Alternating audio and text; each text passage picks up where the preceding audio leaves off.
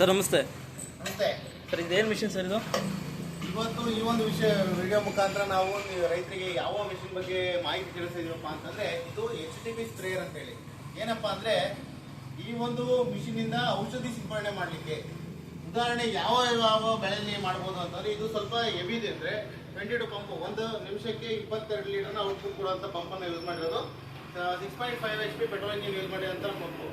ಈ ಒಂದು ಪಂಪು, ಈ ಒಂದು ಸೆಟ್ಟಿನಿಂದ ನಾವು ಏನೇನೆಲ್ಲ ಯೂಸ್ ಮಾಡ್ಬೋದಪ್ಪ ಅಂದ್ರೆ ಇದು ಉದಾಹರಣೆ ನಿಮಗೆ ಶುಂಠಿ, ಅಡಿಕೆ, ಆಮೇಲೆ ಶೆಡ್ಗಳನ್ನ ತೊಳೆಯೋದಕ್ಕೆ ದೊಡ್ಡ ದೊಡ್ಡ ಪ್ರಮಾಣದಲ್ಲಿ ಯಾರು ರೈತರು ಕೃಷಿ ಮಾಡ್ತಾರೆ ಅಂತ ರೈತರಿಗೆ ಇದು ಉಪಯೋಗ ಆಗುತ್ತೆ.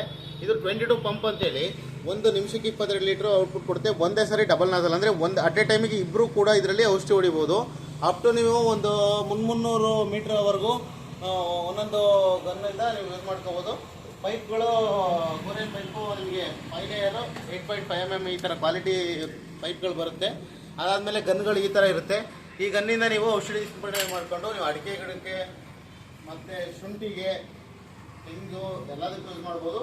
ದೊಡ್ಡ ದೊಡ್ಡ ಬೆಳೆಗಳು, ತರಕಾರಿ, ಈಗ ಎಕರೆಗಟ್ಟಲೆ ತರಕಾರಿ ಮಾಡಿರ್ತಾರೆ, ಅವರಿಗೆ ಕ್ಯಾನ್ಗಳನ್ನ ಬ್ಯಾಟ್ರಿ ಸ್ಪ್ರೇಯರ್ಗಳನ್ನ ಎತ್ಕೊಂಡು ಹೊಡೆಯೋಕ್ಕಾಗಲ್ವಲ್ಲ, ಅಂಥ ಕಡೆ ಇದನ್ನು ಯೂಸ್ ಮಾಡ್ಬೋದು ಸರ್. ಸರ್ ಇದು ಇಂಜಿನ್ ಪೆಟ್ರೋಲ್ ಇಂಜಿನ್ ಸರ್? ಇದು ಈಗ ಇರ್ತಕ್ಕಂಥದ್ದು ಪೆಟ್ರೋಲ್ ಇಂಜಿನ್.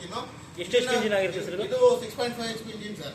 ಈಗ ನೀವು ಇದನ್ನ ಬರೀ ಔಷಧಿ ಸಿಂಪಡಣೆ ಮಾಡೋದಕ್ಕೆ ಯೂಸ್ ಮಾಡಬೇಕು ಅಂತ ಏನಿಲ್ಲ. ಈಗ ಪಶುಸಂಗೋಪನೆ ಮಾಡ್ತಕ್ಕಂಥ ರೈತರುಗಳು ಈಗ ಅವುಗಳ ಶೆಡ್ಗಳಲ್ಲಿ ಹಸುಗಳು ಸಾಕಿರ್ತಾರೆ, ಅಲ್ಲಿ ಕರೆಂಟ್ ಇರಲಿಲ್ಲ ಅಂದರೆ ಅವ್ರು ಇಂಜಿನ್ ಹಾಕೊಂಡಿರೋ ಇದರಲ್ಲೇ ಕೂಡ ನಿಮಗೆ ವಾಶ್ ಕೂಡ ಮಾಡ್ಬೋದು.